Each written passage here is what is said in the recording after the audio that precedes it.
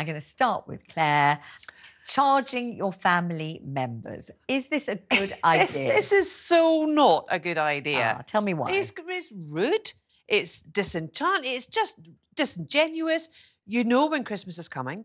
The date doesn't change. It's not a movable feast. So therefore, in order to prepare your feast and get things up and running, why don't you save, budget, get that all in, like we all do for Christmas? But please don't charge your family and friends to come round to your house to eat.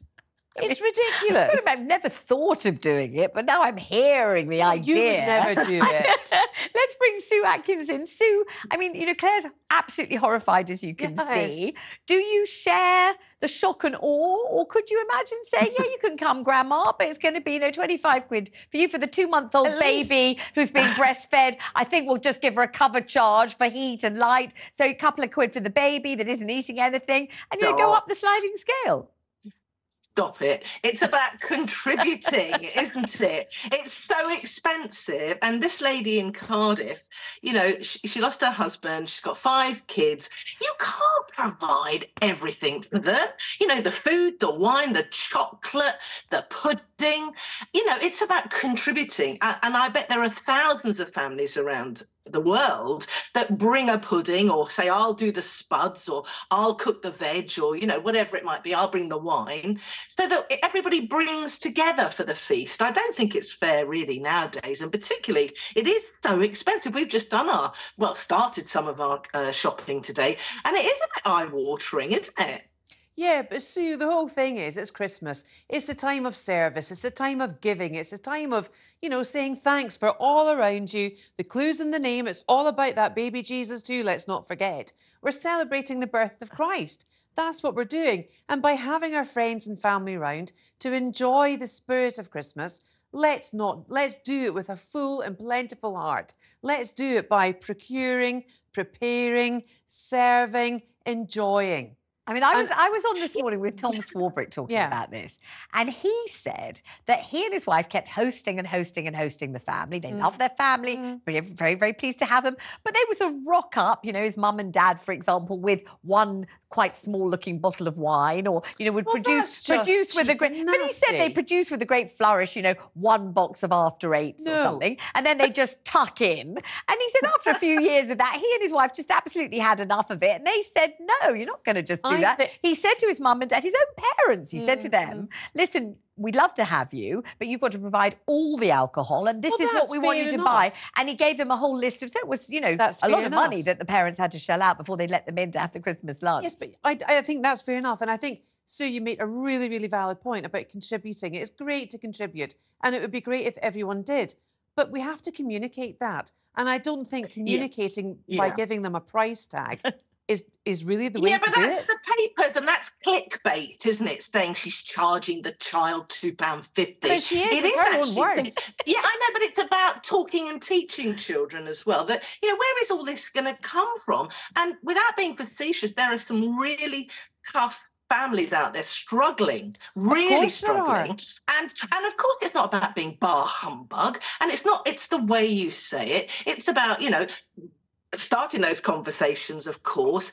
But for me, I can see why she was asking them to contribute. It's not cheap, and you know, you don't want to make people feel that they've got to do it every single year, and they get under pressure. You know, like grandmas do get under pressure thinking they've got to invite everybody around. Where does it stop? It's a bit like weddings, isn't it? Oh my God, we've got 25 people coming.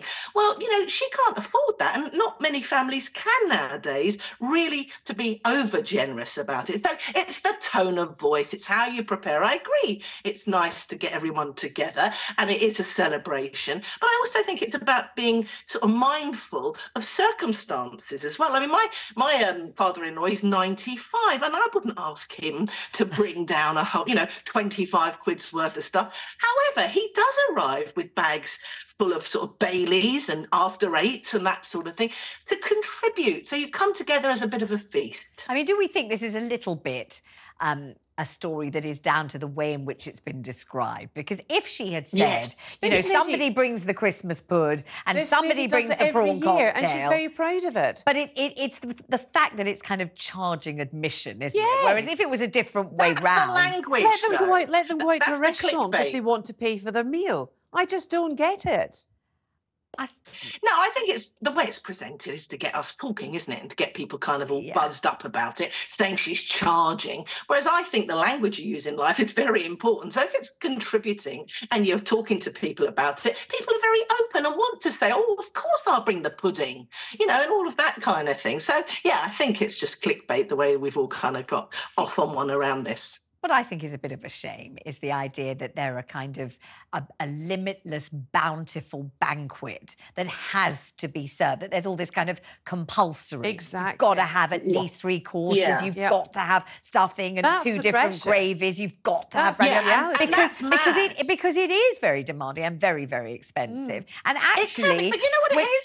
What? It's just a Sunday lunch in my head.